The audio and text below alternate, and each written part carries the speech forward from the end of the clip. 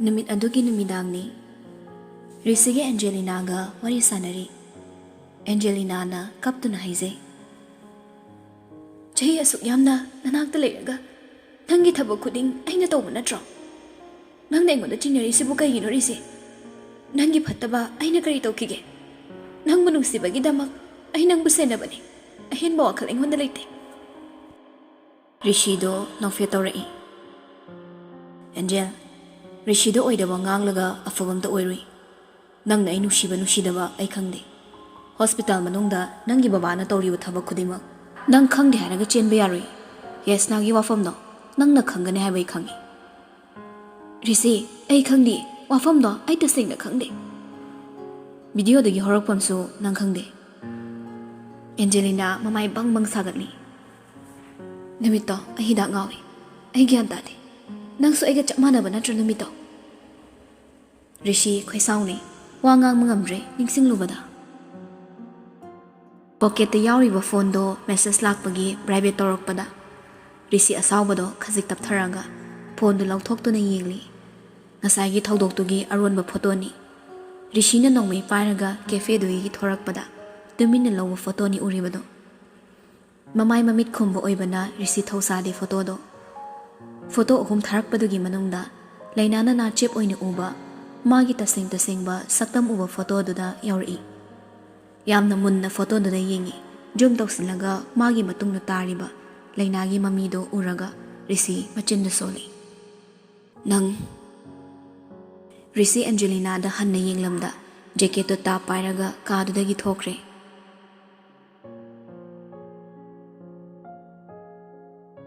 Somdana mayam tumna khrabatung lainadi pi sabagi langchak chakli matholoi sindrukhe pathadabini warasawai haidabini asol mama box tungre loyung bagaso kolwari sanari tumone nangbo tumagi tamaloyung ba kol thamo nanghana tumo adugane aine tana isana khangna adum kol ka age ai nga wali haiba loidri faune ngai deba tawro dum kol do pairaga dum tawko Leina sor sang hondoi makol thok no holak paduda layum bandoi kaino kol payo haranga sor phulabo Leina khumaktre layum ba mathanda haizei I care too much that's why I heard Leina hairak lido iseng sing na tai kauri Leina na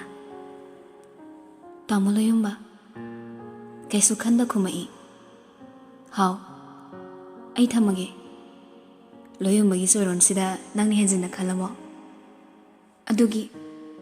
yumgi ena kharomda soro haina mi chen magi makhol tarak paduda laina wa makha ta bangamda tumin le. Pakhatpa mataw khanglaga loyong baso tapnang le. Leina kedore. Leina kina. Yam pikna hairi. Tamo loyong ba. Moy makhoi Kokok haima makoldo amuk thong da thilak pagi tarai. Ay laki leram thong su hangan ko su ka kinu ko. Makoldo ngayak ta lepa laita thilam laga mikup ama ichik chik na laikre. Karigumba saung amat ta fangrabada laina tap na thong jaw adom da lai. Khong thang tap na thang laga thong hangdok paga uri sumang da mi ama lep tu na lairibado. Amamba marak tu da amuba mami. Mitmang da lep tu na lairabada amamba bu hainadabi amuba machubo akiba pokchabi nauri binuzado tu chungkre thongdo hanglubada sumang na lep paga lairamba misak to urubada amuk hanna thongdo sapuk kana thingzinki sumang da risi lep laga wakhalamada thongalomda amuk yeng yumda amuk yeng tawraga le khali mapuk nindaso mawon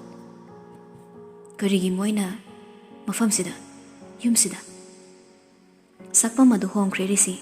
yum do da yeng laga khong thang long da thang laga changlei thong do khangin ili low toram le sounding le maram suk lai lete maram suk cha cha de mana leina da sauri ba se kai gino wang simang rishi da hanglu bada pakhum su lai roi thong ha go leina tai hairak li bawa do khonjel ta khragum to bada aki bado ngyak na thaira ga thamkre korok li bado munna tai Handak di thongdo khangten thilaga saptra mada kauri. Thong sango. Khangpre khangli leina do imungda lairiba mayamduso ngasai khay karisu khangjada tumlaga leiramba masuga maben gaduso mikap thorakli bema kanano leina makholdo haifet semlaga abok tamo loyumbane kaisu tawdi tumo ayi wari sage abok hagolakanuko mabokto loyumbane haibaduda kharadi saphai adubu thenglabani hairei amu asuk thengla kansida madi karige leina khumdre thongdu tapna mu hangdurei hadamukti ure taseng laba risigi masakto leina ngai bisumdu chukchillaga rishido hanglei hozila amido kanano mafamsida karigi makhoi laiba aduga nang kanano nangsu makhoi aron miro leina do gyan ta sadaba meeting ama yengi wadi ngangde rishine leina bo lana laukri magi yeknaba mabu yengsinba manba misakni leina gi yumda mana lakpada leiramlido rishi ubada chenkibani makhoi aduga leina da mo hena chingnabagi maramdi ngasi cafe da leiringe risigi photo amada leina yawkiba oi madumakni mafamsida lakhibaso aduga mafamsidana amuk chingnaningai oiba maongda masak khangdana leirambani mari suklai leinada wakhalna sagatlaga leina bulana ukre leina ga mari leinabani haina khankre magi matungda leina inaduna mabu senai haibasini lana laukhriba nungshidriba serishina aigi tungda aigi imi saba misak amata aina lemna thade haibase nang khangra leina so chamane taigona ba wakhalamada lana laukhre mapa hatkyo misakto rishigi babani haiba mayek senglabani hojikso mamabu phazile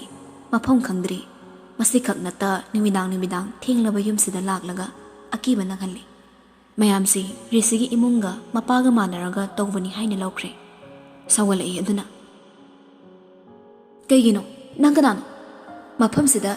yumsida na khoin hanjin laklaga kihalisa kaygino pendribra ngasiso imungsida otpanaiba penba naidrabo kari ehenba pamdige kana leite haina hanjin otkige hebra mamitu i mungang silaga risi leina da akiba sakpam amaga loinana yenglaga nongmei satori leina gi makokta nammi nangam hatpadi kaishunati kang rishi da singnaraga na punsido sijagi haini inakta sangjabaga chamane leina api tup tarai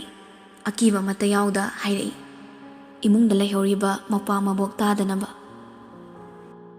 halo hinganduna su thamba lamlaki sana fau chaloi dabli chatuna mina bibo asuk thina otpa nakhoi gi na thakta kaisu tawba ngamlaroi haina otpa natra yumsida hing khuding laklaga mana daba saklon kaya laudana otkadabagi saru hozima halam aitana aboksu aigi pikli bai puabusu halo loin halo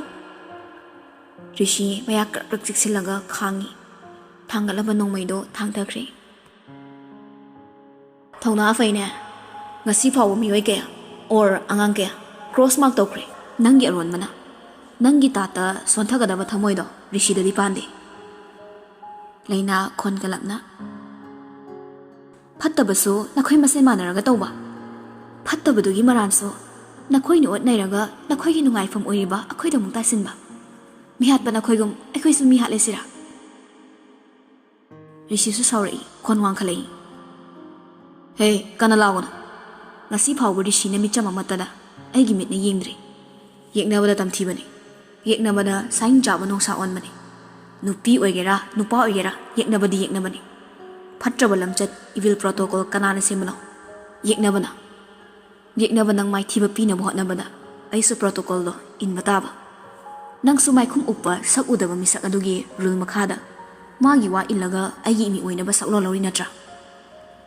leina do makhana git phamthakre halo hiningje ai hiningje ima su ipa su kaina hanbire apamba kari wale nakhoi gi phatraba akiba chatna bidugi makhada hiningje iran su piro ira leitana cherak su phangalo yarake punsi su manghalo ware risi hanagum amuk paiba nongmaido thangalaga leina de em tawri murum sum sonaba amuk su kappa makhol da thorakli ahal oirabi maboka manau nupaduga mangolda oiramliba mataududa mabokto pakhatpana masado kainoma taukhre rishigi sakpham leiramliba phibamdo hananagi anam oiraga leiriba mabokto thak thak nikibani leina mabokna lekthage tawbada pakhatna chensilli abo kedorage abo paritona abo se gyan dawo kaisu tawdi rishi matawduda nongmaido hapchinkhre khajik changsillaga yengi phamthara tapna leina gi hek nakanda leina mamitto mapini chot chotlaga rishida pendana yenglai rishina su yenglakpaga mapachana do namichana ri anido amana pendana yengbani amana sauna yengbani rishi tapna abo mabokto rishida yenglai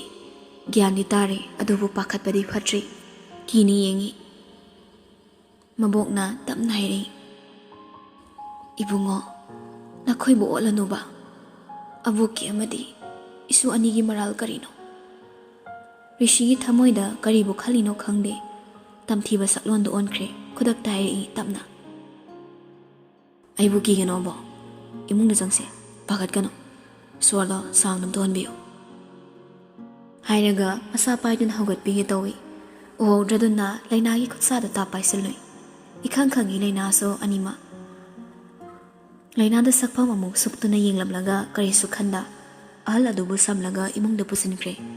iren jana hipali aduga hairami abo fattaba kanagi wa ilaga isana isabo awaba tanjana basinbigana rishina hairiba wadugi wahanto imungduna khangloi fattaba makhwaiga mari leinaganu haibani lana lokibagi adu hairaga rishi laina adamu hairami lembasu hai tamthibasu hai mi hatbasu hai rishina haitaba haibabu nungsiba haite aduna nang aigi imi oige khangano if you want to fight with me I will bring a bilwar rishigi wai khuding lainagi thamoida machin tumba tazai amana thinbagum chaina fawi makhut mangna hatningbasu phawre karigidamak asuk mi bu chaina fibano karigidama chahi ahum helaba matung sida nahongna na tamkiba maikhumado ukkiba misak ado lakanbano Iran sina kari piriba dandi sina kari Iran gi hairamliba nganglamliba wai sing aduna kari maramgidama khangde mata karigi haiba wangsi khaktani hangliba karigidamakno karigi fangdi pakhumso kananagi bu fangluni pakhum matik chana pibinaba kanabu leiri rishina imungdagi thoki hek tawbaga loyumba phingna chansilai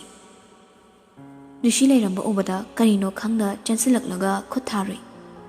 khangawdabagi loyumbana phurakpada maninghali risi machindaso makhut khudomina haifet nali I thoklamle loyumba bo amuk tanging lamlaga khonglei thuna chansilaktuna laktana illaga mapana puthokre leinaso matung inarei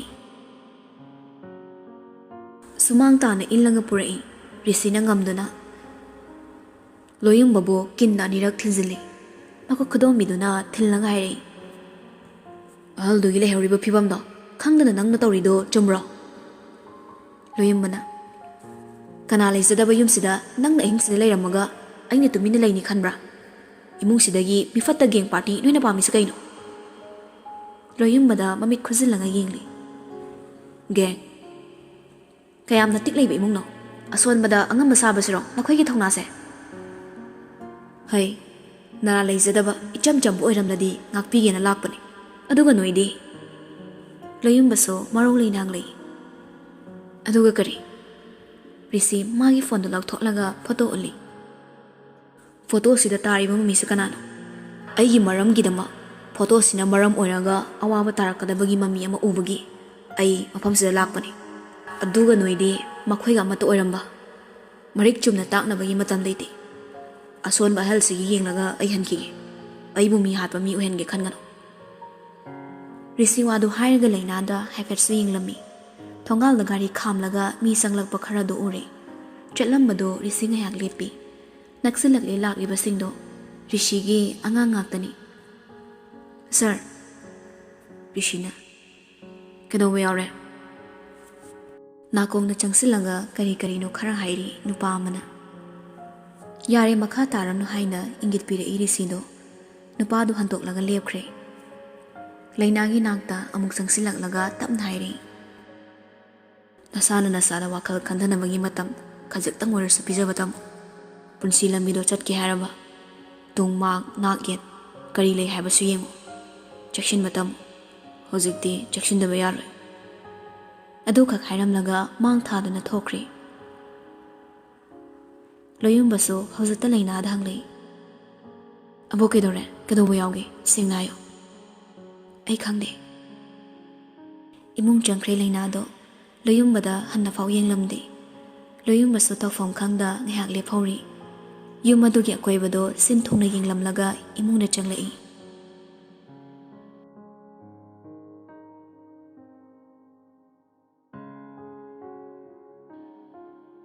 ꯑꯁꯦꯡꯕꯒꯤꯗꯤ ꯐꯣꯇꯣꯗꯣ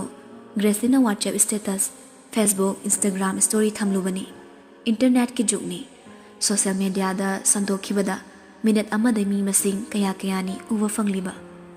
viral ꯑꯣꯏꯈꯤꯕ ꯀꯨꯏꯍꯧꯗꯕꯅꯤ꯫ ꯀꯩꯁꯨ ꯈꯟꯗ ꯏꯆꯝ ꯆꯝꯅ ꯊꯥꯒꯠꯈꯤꯕ ꯐꯣꯇꯣꯗꯨꯅ screenshot ꯑꯃꯨꯛ ꯂꯧꯗꯨꯅ ꯃꯊꯪ ꯊꯝꯅꯈꯤꯕꯗ ꯄꯥꯛ ꯆꯟꯈꯤꯕꯅꯤ꯫ ꯃꯌꯥꯝꯅ ꯃꯁꯛ ꯈꯪꯅꯕ ꯃꯤꯁꯛꯅꯤ ꯔꯤꯁꯤꯗꯤ꯫ ꯑꯗꯨꯒꯤꯁꯨ ꯃꯊꯛꯇ ꯃꯥꯕꯨ ꯃꯇꯝ ꯈꯨꯗꯤꯡꯒꯤ ꯌꯦꯡꯁꯤꯜꯂꯤꯕ ꯃꯤ ꯀꯌꯥꯅꯤ ꯂꯣꯟꯅ ꯂꯩꯔꯤꯕ꯫ ꯀꯦꯐꯦ ꯃꯅꯨꯡꯗ ꯃꯤꯑꯣꯏ ꯑꯃꯅ ꯅꯣꯡꯃꯩ ꯀꯥꯞꯂꯝꯂꯤꯕꯗꯣ ꯌꯦꯛꯅꯕꯒꯤ ꯃꯤ ꯑꯣꯏꯕꯅ ꯃꯈꯣꯏꯅ ꯅꯣꯡꯃꯩ ꯀꯥꯞꯂꯤꯕ ꯃꯤꯁꯛ ꯑꯗꯣ ꯊꯤꯒꯠꯂꯛꯄꯅꯤ꯫ ꯑꯗꯨꯕꯨ ꯃꯥꯏꯈꯨꯝ ꯎꯞꯂꯒ ꯀꯦꯐꯦꯗꯨꯗꯒꯤ ꯅꯣꯡꯃꯩ ꯄꯥꯏꯗꯨꯅ ꯊꯣꯛꯂꯛꯄꯒꯤ ꯐꯣꯇꯣꯗꯣ ꯁꯦꯡꯅ ꯎꯕ ꯐꯪꯂꯕꯁꯨ ꯃꯤꯁꯛꯇꯨ ꯈꯪꯗꯕꯅꯤ꯫ ꯃꯁꯤꯒꯤ ꯃꯇꯨꯡ ꯔꯤꯁꯤ ꯀꯦꯐꯦꯗ ꯂꯥꯛꯂꯝꯃꯤ ꯍꯥꯏꯕ ꯄꯥꯎ ꯑꯃꯨꯛ ꯐꯪꯕꯗꯒꯤ ꯍꯟꯅ ꯌꯦꯡꯁꯤꯜꯂꯛꯄꯗ ꯒ꯭ꯔꯦꯁꯂꯤꯅ ꯀꯥꯞꯈꯤꯕ ꯐꯣꯇꯣꯗꯣ ꯎꯕ ꯐꯪꯕꯅꯤ꯫ ꯃꯗꯨꯗ ꯀꯟꯐꯥꯔꯝ ꯑꯣꯏꯕꯅꯤ ꯔꯤꯁꯤꯅꯤ ꯍꯥꯏꯕꯗꯣ꯫ ꯃꯥꯏ ꯈꯨꯝꯈ꯭ꯔꯕꯁꯨ ꯗ꯭ꯔꯦꯁꯇꯨꯅ ꯃꯥꯟꯅꯕꯒꯤ ꯐꯣꯇꯣ ꯑꯅꯤꯗꯣ ꯀꯝꯄꯤꯌꯔ ꯇꯧꯕꯗ ꯂꯥꯏꯅ ꯊꯣꯛꯈ꯭ꯔꯦ꯫ ꯐꯣꯇꯣꯗꯨꯗ ꯇꯥꯔꯤꯕ ꯂꯩꯅꯥꯒꯤ ꯃꯃꯤꯗꯨ ꯎꯕꯗ ꯆꯍꯤ 3 ꯃꯃꯥꯡꯗ ꯍꯥꯠꯈꯤꯕ ꯗꯣꯛꯇꯔ ꯔꯥꯖꯃꯅꯤꯒꯤ ꯃꯆꯥꯅꯤ ꯍꯥꯏꯕꯁꯨ ꯈꯪꯈꯤ꯫ ꯔꯤꯁꯤꯒ ꯇꯥꯟ ꯆꯥꯅ ꯂꯩꯃꯤꯟꯅꯕꯗꯨ ꯎꯕꯗ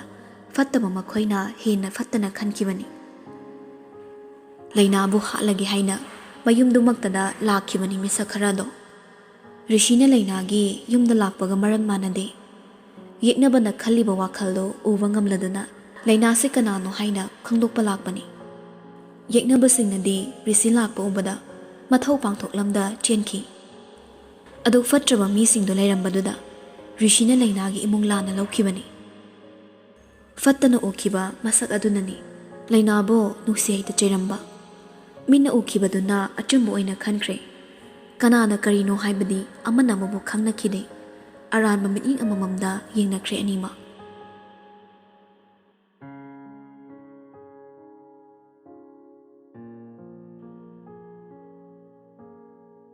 ꯅꯣꯡꯃ ꯅꯤꯅꯤꯒꯤ ꯃꯇꯨꯡꯗꯅꯤ ꯊꯕꯛ ꯆꯠꯂꯝꯗꯥꯏꯒꯤ ꯔꯤꯁꯤ ꯗ꯭ꯔꯦꯁ ꯂꯣꯏꯁꯤꯜꯂꯤ꯫ ꯃꯤꯡꯁꯦꯜ ꯃꯃꯥꯡꯗꯨꯗ ꯂꯦꯞꯂꯒ ꯃꯅꯤ ꯂꯩꯃ ꯃꯆꯥꯒꯤ ꯀꯥꯗ ꯆꯪꯂꯛꯏ꯫ ꯁꯅꯥ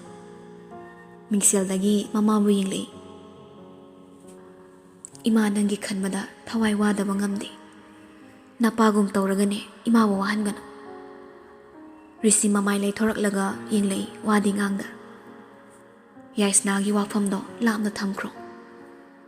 ꯊꯝꯃꯣꯏ, ꯃꯐꯝ ꯈꯪꯗꯅ ꯃꯍꯥꯛ ꯃꯥꯡꯈꯤꯕ ꯌꯥꯔꯣꯏ꯫ ꯏꯃꯥ ꯋꯥ ꯍꯥꯏꯒꯦ ꯁꯅꯥ, ꯌꯨꯝꯁꯤꯗ ꯑꯦꯟꯖꯦꯂꯤꯅꯥꯅ ꯇꯧꯔꯤꯁꯦ ꯏꯃꯥ ꯄꯥꯝꯗꯦ꯫ ꯃꯤꯅꯁꯨ ꯐꯖꯅ ꯍꯥꯏꯅꯗꯦ꯫ ꯅꯪꯒ ꯑꯦꯟꯖꯦꯂꯤꯅꯥꯒꯤ ꯋꯥꯊꯣꯛ, ꯅꯄꯥꯒꯤ ꯍꯥꯛꯇꯛꯇ ꯂꯩꯀꯥꯏꯁꯤꯅ ꯏꯃꯨꯡꯁꯦ ꯐꯖꯅ ꯍꯥꯏꯅꯈꯤꯕ꯭ꯔꯥ? ꯍꯦꯟꯅ ꯐꯠꯇꯅꯕ ꯑꯃꯨꯛ ꯁꯤꯟꯒꯅꯨꯀꯣ ꯏꯕꯨꯡꯉꯣ꯫ ꯂꯩꯀꯥꯏꯅ ꯉꯥꯡꯅꯔꯤꯕꯁꯦ ꯏꯃꯥ ꯇꯥꯕ ꯉꯝꯗꯦ꯫ ꯅꯕꯣꯛꯇ ꯍꯥꯏꯔꯨꯔꯕ ꯃꯈꯣꯏꯅ ꯇꯧꯅꯤꯡꯕ ꯇꯧꯔꯣ ꯍꯦꯛꯇ ꯃꯝ ꯍꯥꯏꯗꯣ꯫ ꯅꯥꯄꯜ ꯍꯥꯏꯕꯁꯦ ꯏꯃꯥ ꯄꯥꯝꯗꯦ꯫ ꯃꯥꯟꯅꯕ ꯊꯥꯛꯇ ꯍꯤꯡꯃꯤꯟꯅꯕꯗꯣ ꯏꯃꯥꯅ ꯄꯥꯝꯃꯤ꯫ ꯏꯃꯥꯅ ꯍꯥꯏꯅꯤꯡꯉꯤꯁꯦ ꯀꯩꯅꯣ? ꯑꯦꯟꯖꯦꯂꯤꯅꯥꯁꯦ ꯂꯧꯁꯜꯂꯣ, ꯂꯨꯍꯣꯡꯅꯕ ꯇꯧꯁꯤ꯫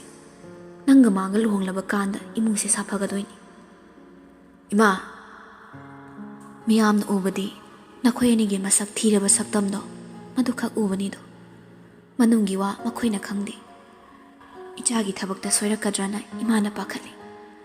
ꯅꯪ ꯃꯥꯡꯕ ꯌꯥꯔꯣꯏ ꯁꯅꯥ, ꯏꯃꯥꯒꯤꯗꯤ ꯅꯪ ꯈꯛꯇꯅꯤꯗꯣ꯫ ꯑꯆꯨꯝꯕꯗꯣ ꯈꯪꯅꯕꯒꯤꯗꯃꯛ ꯅꯪ ꯑꯦꯟꯖꯦꯂꯤꯅꯥꯒ ꯂꯨꯍꯣꯡꯉꯨ꯫ ꯔꯤꯁꯤ ꯃꯃꯥꯕꯨ ꯃꯨꯟꯅ ꯌꯦꯡꯉꯤ꯫ ꯏꯃꯥ, ꯑꯩ ꯃꯤ ꯋꯥ ꯈꯪꯗꯦ꯫ ꯃꯤꯅ ꯀꯔꯤ ꯍꯥꯏꯅꯕ, ꯃꯤꯅ ꯀꯔꯤ ꯈꯟꯕ ꯑꯩ ꯈꯪꯗꯦ꯫ ꯑꯁꯦꯡꯕ ꯊꯃꯣꯏꯁꯤꯗꯤ ꯑꯁꯦꯡꯕ, ꯇꯁꯦꯡꯕ ꯃꯤꯁꯛꯅ ꯃꯄꯨ ꯑꯣꯏꯍꯟꯅꯤ ꯌꯨꯝꯁꯤꯗ ꯑꯦꯟꯖꯦꯂꯤꯅꯥ ꯂꯩꯔꯁꯨ ꯑꯩꯒꯤ ꯊꯃꯣꯏꯗ ꯃꯥꯒꯤ ꯃꯐꯝ ꯂꯩꯇꯦ ꯏꯃꯥꯒꯤ ꯑꯄꯥꯝꯕꯗꯤ ꯏꯃꯨꯡ ꯃꯔꯥ ꯇꯞꯅ ꯂꯩꯕꯅꯤ ꯅꯪ ꯋꯥꯈꯜ ꯈꯜꯂꯣ ꯁꯅꯥ ꯏꯃꯥꯕꯨ ꯋꯥꯍꯟꯒꯅꯨ ꯔꯤꯁꯤꯕꯨ ꯀꯧꯔꯒ ꯑꯦꯟꯖꯦꯂꯤꯅꯥ ꯆꯪꯂꯛꯄꯗ ꯎꯕꯗ ꯁꯥꯟꯅꯔꯝꯕ ꯋꯥꯔꯤꯗꯣ ꯂꯦꯞꯈ꯭ꯔꯦ ꯃꯅꯤꯂꯩꯃ ꯔꯤꯁꯤꯗ ꯑꯃꯨꯛꯇꯪ ꯌꯦꯡꯂꯝꯂꯒ ꯀꯥꯗꯨꯗꯒꯤ ꯊꯣꯛꯈ꯭ꯔꯦ ꯑꯦꯟꯖꯦꯂꯤꯅꯥꯅ ꯁꯦꯠꯂꯤꯕ ꯐꯤꯔꯣꯜ ꯈꯣꯡꯗꯒꯤꯅ ꯀꯣꯛ ꯐꯥꯎꯕ ꯌꯦꯡꯂꯝꯃꯤ ꯎꯕꯗ ꯃꯤꯠ ꯅꯥꯕ ꯐꯤꯖꯣꯜꯅꯤ ꯃꯃꯥꯏ ꯃꯃꯤꯠꯇ ꯇꯩꯁꯤꯜꯂꯤꯕ ꯃꯌꯥꯝ ꯇꯧꯔꯤꯕ ꯍꯦꯌꯔ ꯁ꯭ꯇꯥꯏꯜ ꯇꯣꯡꯂꯤꯕ ꯃꯆꯤꯟ ꯇꯨꯝꯂꯕ ꯑꯋꯥꯡꯕ ꯍꯤꯜꯁ ꯃꯁꯝꯗꯨꯅ ꯋꯥꯡꯅꯁꯨ ꯄꯨꯜꯂꯤ ꯆꯤꯝꯕꯥꯜꯗꯨꯅ ꯀꯥ ꯍꯦꯟꯅ ꯉꯥꯡꯂꯕ ꯂꯤꯞꯁꯇꯤꯛ ꯌꯦꯡꯕꯗ ꯏꯔꯥꯡ ꯄꯨꯕꯤꯅꯤ ꯃꯥꯒꯨꯝꯕ ꯅꯨꯄꯥ ꯀꯌꯥꯗꯤ ꯃꯍꯥꯛ ꯎꯕꯗ ꯃꯤꯠꯐꯝ ꯍꯣꯡꯅꯤꯡꯂꯔꯣꯏ ꯃꯅꯥꯛꯇ ꯂꯥꯛꯂꯣ ꯍꯥꯏꯅ ꯃꯆꯤꯟꯅ ꯀꯧꯔꯨꯗ꯭ꯔꯁꯨ ꯃꯍꯥꯛꯀꯤ ꯁꯦꯠꯂꯤꯕ ꯇꯧꯔꯤꯕ ꯃꯌꯥꯝꯗꯨꯅ ꯀꯧꯗ꯭ꯔꯁꯨ ꯂꯥꯛꯅꯤꯡꯕ ꯐꯥꯎꯍꯟꯕ ꯉꯝꯂꯅꯤ ꯌꯦꯡꯂꯤꯕ ꯈꯨꯗꯤꯡ ꯃꯅꯤꯂꯩꯃꯗꯤ ꯄꯥꯝꯖꯗꯕ ꯉꯥꯛꯇꯅꯤ ꯀꯧꯕ ꯐꯥꯎ ꯀꯧꯔꯝꯗꯦ ꯊꯣꯛꯈ꯭ꯔꯦ ꯑꯗꯨꯃꯛ ꯑꯦꯟꯖꯦꯂꯤꯅꯥꯅ ꯔꯤꯁꯤꯒꯤ ꯃꯅꯥꯛ ꯆꯪꯁꯤꯜꯂꯒ ꯍꯥꯏꯔꯤ ꯑꯩꯕꯨ ꯁꯥꯎꯔꯤꯕ꯭ꯔꯥ ꯑꯦꯟꯖꯦꯜ ꯌꯥꯔꯦ ꯑꯩꯅ ꯍꯥꯏꯕꯈꯛ ꯏꯜꯂꯨ ꯀꯔꯤ ꯋꯥꯐꯝꯅꯣ ꯌꯥꯁꯅꯥꯒꯤ ꯂꯩꯐꯝ ꯅꯪꯅ ꯈꯪꯐꯝ ꯊꯣꯛꯏ ꯃꯥꯒꯤ ꯈꯣꯡꯒꯨꯜ ꯂꯤꯔꯛ ꯅꯪꯒꯤ ꯑꯄꯥꯝꯕ ꯑꯩꯅ ꯄꯤꯅꯤ ꯑꯦꯟꯖꯦꯂꯤꯅꯥ ꯔꯤꯁꯤꯗ ꯃꯨꯟꯅ ꯌꯦꯡꯉꯤ ꯎꯕꯗ ꯍꯩꯅꯔꯣꯏ ꯃꯤꯠꯌꯦꯡꯗꯣ ꯌꯥꯝꯅ ꯇꯨꯀꯠꯆꯕ ꯐꯥꯎꯒꯅꯤ ꯏꯔꯥꯡ ꯆꯦꯟꯕꯤꯅꯤ ꯇꯧꯔꯤꯕ ꯐꯦꯁꯟ ꯃꯌꯥꯝꯗꯁꯨ ꯔꯤꯁꯤꯕꯨ ꯃꯤꯠ ꯊꯛꯅꯕ ꯇꯧꯔꯤꯕꯅꯤ ꯑꯗꯨꯕꯨ ꯅꯨꯄꯥ ꯃꯥꯒꯤꯗꯤ ꯑꯍꯣꯡꯕ ꯂꯩꯇꯦ ꯑꯦꯟꯖꯦꯂꯤꯅꯥ ꯇꯞꯅ ꯑꯗꯨꯗꯤ ꯅꯪꯒꯤ ꯅꯨꯡꯁꯤꯕ ꯄꯤꯕ ꯉꯝꯒꯗ꯭ꯔꯥ ꯋꯥꯍꯩꯗꯣ ꯇꯥꯕꯗ ꯑꯦꯟꯖꯦꯂꯤꯅꯥꯒꯤ ꯃꯅꯥꯛꯇ ꯆꯪꯁꯤꯜꯂꯛꯏ ꯊꯧꯔꯕ ꯃꯤꯠ ꯑꯅꯤꯗꯨꯅ ꯏꯔꯥꯡ ꯆꯦꯟꯕ ꯃꯤꯠ ꯑꯅꯤꯗꯨꯅ ꯃꯨꯟꯅ ꯌꯦꯡꯂꯤ ꯑꯦꯟꯖꯦꯂꯤꯅꯥꯗ